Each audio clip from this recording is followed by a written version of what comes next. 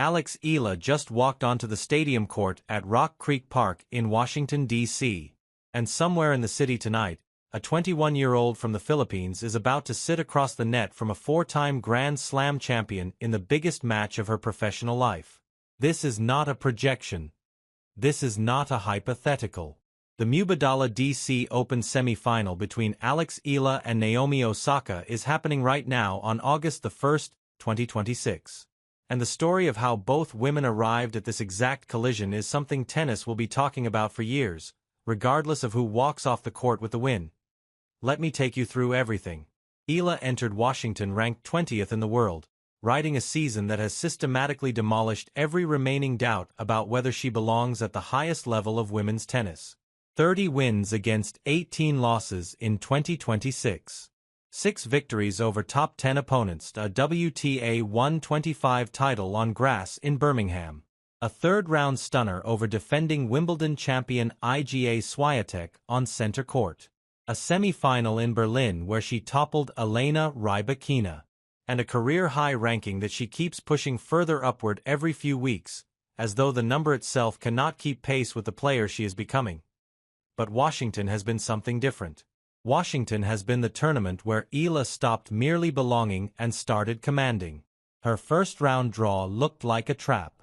Zhang Qinwen, the Olympic gold medalist, entered as a wild card with nothing to lose and the kind of ball striking that can end a match before it begins. And for a set and a break, that is exactly what happened. Zhang took the first set 6-4. She broke Eala early in the second. The scoreboard read a set and a breakdown, and every neutral watching assumed the story would be about a tough loss in a difficult opening draw. Eala did not read the scoreboard. She broke Zhang back at love. Then she won the next 6 games in succession. 7 consecutive games. A total reversal so sudden and so violent that by the time Zhang held serve to briefly interrupt the run, the match was already over in every way that mattered. 4-6. 6-4, 6-1. When asked about it afterward, Eala did not describe it as a turning point or a breakthrough. She described it as familiar. "I think I've already had that in me," she told the press. "I think it's definitely a mindset that you have.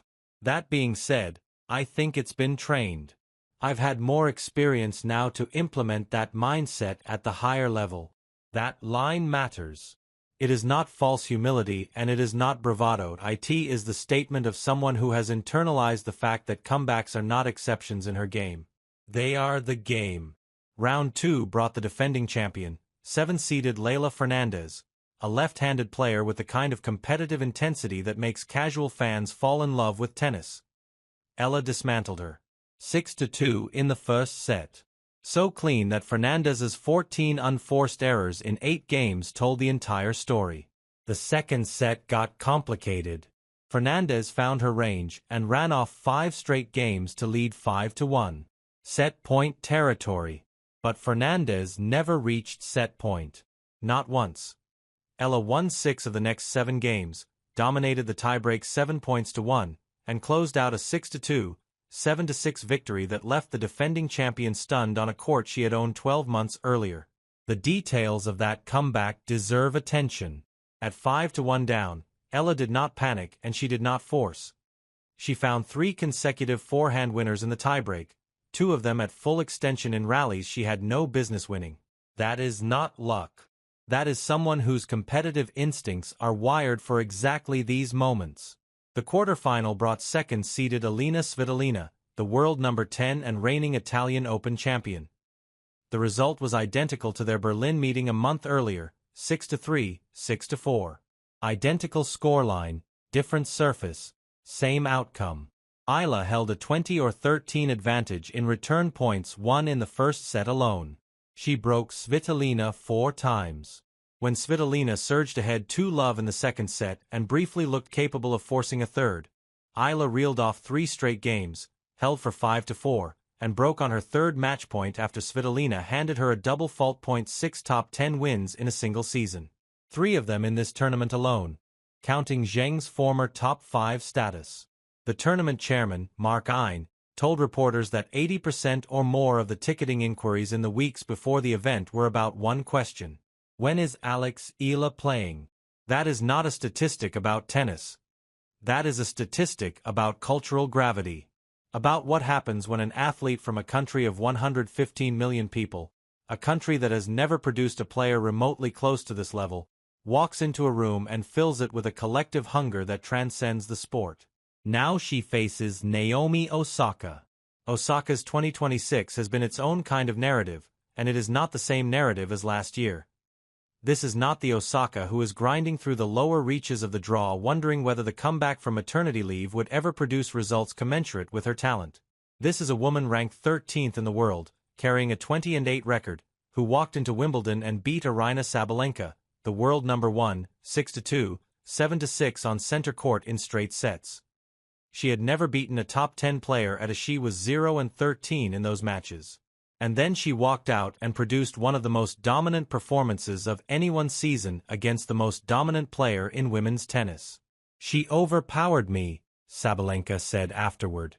I felt like it was incredible level from her. That Wimbledon run ended in the quarterfinals against Karolina Muchova, who would go on to beat Osaka again in the Bad Homburg final a week earlier when Osaka retired with a foot injury trailing 6-1, 1-love. That is 2 losses to Muchova in the span of a few weeks, and while the foot injury clouds the Bad Homburg result, the pattern is real. Muchova has found something in Osaka's game that she can exploit. But Muchova is not here tonight. IGA is. Osaka's path through Washington has been efficient, but not spotless. She received a bye into the second round, then beat Ashlyn Kruger 6-3, 3-1 before Kruger retired with a right ankle injury. That gave Osaka a quarterfinal against Elisabetta Cacciaretto, and for a set, Cacciaretto had her 4-6 in the opener, with the Italian pressing Osaka's second serve and forcing the kind of uncomfortable patterns that Osaka has historically struggled with when her first serve percentage drops. Osaka lost the first set. She threw her racket. She kicked it. She showed every ounce of the frustration that has been part of her competitive identity since she first burst onto the scene. And then she won 12 of the next 18 games, 6-4, 6-3 in the final 2 sets. When she spoke to press afterward, she was blunt. Overall, this match was really tough, and it felt more like a mental match than an actual tennis match. I don't feel like I played that well, but it was more fighting through every point. That is the Osaka who walks onto the court tonight. Not the version operating at Wimbledon peak, where everything was clicking and the ball was flying off her racket with a kind of joyful violence. This is the grittier version. The one who has to scrap, who has to manage her own frustration in real time, who knows that the level is there but cannot always summon it on command. The tactical matchup between these two is genuinely fascinating, and it hinges on a few specific questions that have no obvious answers. First, the serve. Osaka averages 6 aces per match this season with a first serve percentage hovering around 59%. When that first serve lands, she wins nearly 73% of those points. That is elite. That is the kind of number that puts immediate pressure on a returner to manufacture something extraordinary just to get into the rally. IGA is not a dominant server. She has accumulated 42 aces across her entire season, a fraction of what Osaka produces. Her serve is functional, not weaponized. On paper, this should be a significant advantage for Osaka. But IGA's return game is where the calculus gets complicated. Her ability to neutralize power serves has been the single most consistent feature of her 2026 season. Against Svitolina, she won 24 return points in the first set alone. Against Fernandez, she broke serve twice in the opening set without needing to manufacture anything. Fernandez simply could not hold. The question is whether IGA can do the same thing against a serve that operates at a different velocity and with a different kind of placement than anything she has seen this week. Second, the baseline exchange. Osaka's forehand is one of the heaviest in women's tennis. When she is dictating from the back of the court, the ball comes off her strings with a flat, penetrating trajectory that pushes opponents behind the baseline and forces them to hit on the retreat. Eala's instinct is to take the ball early, to step inside the baseline and redirect pace rather than generate it from scratch.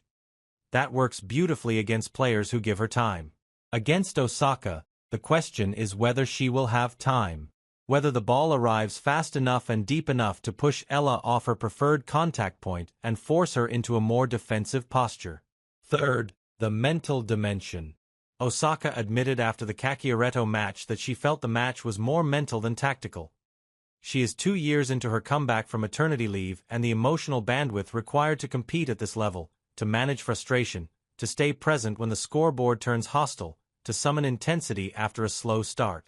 It's something she has navigated publicly and with extraordinary honesty for her entire career. Eala, meanwhile, has just produced 3 consecutive comeback wins in this tournament alone. She trailed Jabeur by a set and a break. She trailed Fernandez 1-5 in the second. She trailed Svitolina 0-2 in the second. Each time, she found something. That pattern is no longer a coincidence. When Osaka was asked during her press conference about facing Eala, she was warm and direct. "It will be fun," she said. She acknowledged the impact Eala has had on tour, the energy she brings, the following she has built. This was not gamesmanship. Osaka has always been generous with younger players, and there is a genuine respect between two women who represent different versions of the same Asian tennis story, one from Japan, one from the Philippines. Both carrying the weight and the joy of communities that see themselves in every forehand winner. Eala reciprocated. "She's such an accomplished player. I think she's made waves on and off the tennis court for so many reasons. There's so much respect for her for that. But respect dissolves the moment the first ball is struck. This is a semi-final of a WTA 500 event. The winner plays for a title. For Eala, a victory here would be her deepest run at a WTA Tour-level event, surpassing the Berlin semi-final. It would almost certainly push her ranking into the mid-20s, possibly higher. It would mean defeating a 4-time Grand Slam champion, someone who beat the world number 1 at Wimbledon 4 weeks ago on a hard court, which is Osaka's most comfortable surface, and the surface where her power translates most directly into free points. For Osaka, a victory means something different, but no less significant. This is her first semi-final in Washington, only her second semi-final of the season, and reaching the final would continue the upward trajectory that Wimbledon ignited. She is 33 months removed from giving birth to her daughter.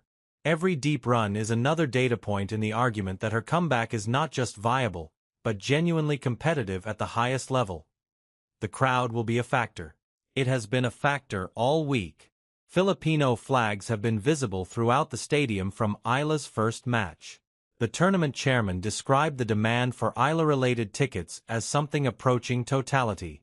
This is Washington, D.C., a city with a substantial Filipino-American community, and they have turned Rock Creek Park into something that feels less like a midsummer tennis event and more like a national celebration. Osaka has played in front of passionate crowds before. She has played in front of hostile ones. She has played in front of ones that were rooting desperately for her opponent. She knows how to manage it. But the sheer volume of what Eala brings, the atmosphere that follows her, is not something you can fully prepare for by watching tape. The match is scheduled for tonight. The warm-ups are done. The scouting reports have been filed and forgotten. What remains is the thing that no amount of analysis can predict. What happens when two players walk onto a court and the ball starts moving? Here is what we know. Eala has been the better player this week. She has been more consistent, more clinical in the big moments, and more dangerous from the return position than anyone else in the draw. Osaka has been more fragile, more reliant on her ability to grind through uncomfortable stretches, and more dependent on the serve bailing her out when the rallies go long. If this match becomes a battle of attrition, long rallies, high ball counts, constant pressure on the return, the evidence from this week tilts toward Eala. If Osaka finds her Wimbledon gear, the gear that dismantled Sabalenka and made Kasatkina and Gasanova look helpless, then the gap in experience and raw firepower could be decisive. What makes this semi-final feel different from every other match these two women have played in 2026 is the sense that something is being decided beyond the scoreboard. Eala is not just trying to win a tennis match. She is staking a claim on a tier of the sport that no Filipino has ever occupied. Osaka is not just trying to reach a final. She is proving that the second act of her career, the one that began in a hospital room in 2023, is not a footnote, but a chapter. Both stories deserve to continue. Only one can tonight. The ball is about to be tossed. Let us watch.